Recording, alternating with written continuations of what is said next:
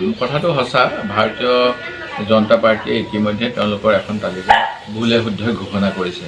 তেখেতসকলে পাহৰি গৈছে যে অসমৰ ৰাইজক অৱজ্ঞা কৰি অসমত সমষ্টি পুনৰ নিৰ্ধাৰণ কৰিছিল। সমষ্টি পুনৰ নিৰ্ধাৰণৰ পিছত কলিয়াবৰ বুলি অসমত সমষ্টি নাই, মংগলদৈ বুলি অসমত সমষ্টি নাই, কিন্তু তেওঁলোকে ইমানে তৎপৰতা তাৎক্ষণিক দেখাব লাগে। তেখেতসকলে কলিয়াবৰত এজন প্ৰাৰ্থী দি দিছে কামাখ্যা প্ৰসাদ তাছাক, যি সময়ত সেই সমষ্টিৰ নাম হৈছে কাজিৰঙা।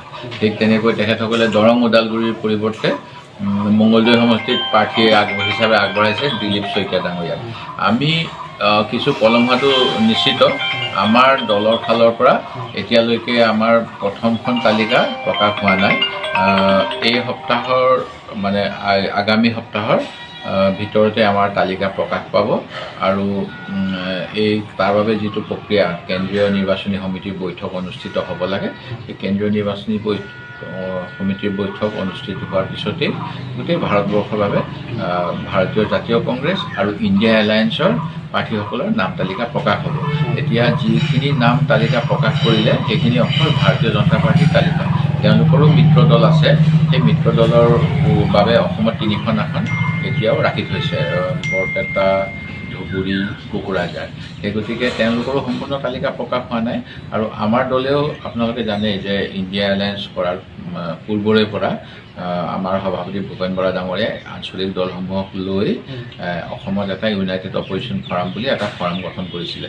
সেই গতিকে তেওঁলোকৰো কেইবাটাও দলে প্ৰাৰ্থিত্ব বিচাৰি আছে। সেই গতিকে এই গোটেইবিলাক কথা দিল্লীত আলোচনা নোহোৱাকৈ সিদ্ধান্ত ল'ব নোৱাৰি, যিহেতু ভাৰতীয় জাতীয় কংগ্ৰেছ হ'ল এটা ৰাষ্ট্ৰীয় দল। সেই গতিকে মই স্বীকাৰ কৰিছোঁ কিছু পলম হৈছে, কিন্তু অহা সপ্তাহৰ ভিতৰত নিশ্চিতভাৱে অসমৰ প্ৰাৰ্থী তালিকা ঘোষণা হ'ব বুলি মই দিল্লীৰ ঊৰ্ধ্বতন কৰ্তৃপক্ষৰ লগত কথা পাতি সম্ভেদ পাইছোঁ আৰু আপোনালোকক অৱগত কৰিছোঁ। আমি আশা কৰোঁ যে যিহেতু তেখেতসকলে পূৰ্বৰে পৰাই এটা বিজেপি বিৰোধী শক্তি একত্ৰিত হ'ব লাগে বুলি ঘোষণা কৰি আহিছে।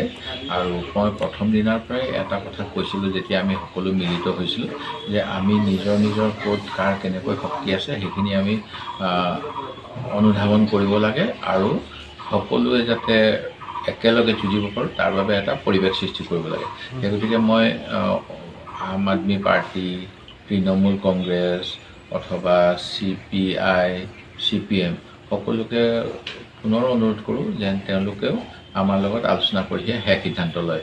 হয়, সকলোৰে কিছু ইচ্ছা আছে, তেওঁলোকৰ তেনেধৰণে কিছু নেতা আছে যিসকলে ক'ব পাৰে যে মোৰ প্ৰাৰ্থিত্ব আগবঢ়াই দিলে মই জয়লাভ কৰিব পাৰিম। কিন্তু যদিহে ভোট বিভাজন হয় তেতিয়াহ'লে নিশ্চিতভাৱে ইণ্ডিয়া এলায়েন্সৰ ক্ষতি হ'ব। তেনেকুৱা ক্ষতি কৰা কাম যাতে কোনেও নকৰে, মোৰ ফালৰ পৰা সেয়া অনুৰোধ। আৰু কোনো